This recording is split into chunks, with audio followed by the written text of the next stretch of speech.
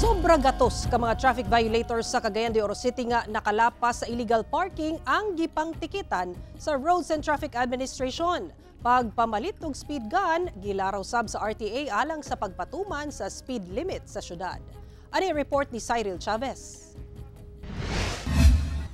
Padayon ang operasyon sa Roads and Traffic Administration kung RTA batok mga motorista nga nakalapas sa balaod trapiko sa Cagayan de Oro City. Usa sa mga gitutukan karon sa RTA ang mga naga-illegal parking, labi na sa downtown area sa syudad. Tumong sa RTA nga maminusan ang sobra kabugat nga dagan sa trapiko. Atong namatikdan sab karon daghan mga road construction projects.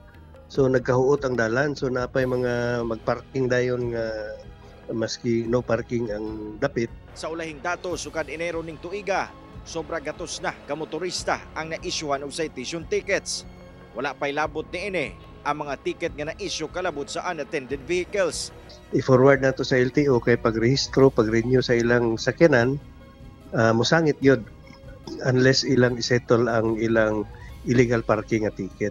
Samtang laraw karon sa RTA nga mopalit og speed gun nga gamiton sa buhatan aron sayon nga madakpan ang mga motorista nga nakalapas sa speed limit sa syudad.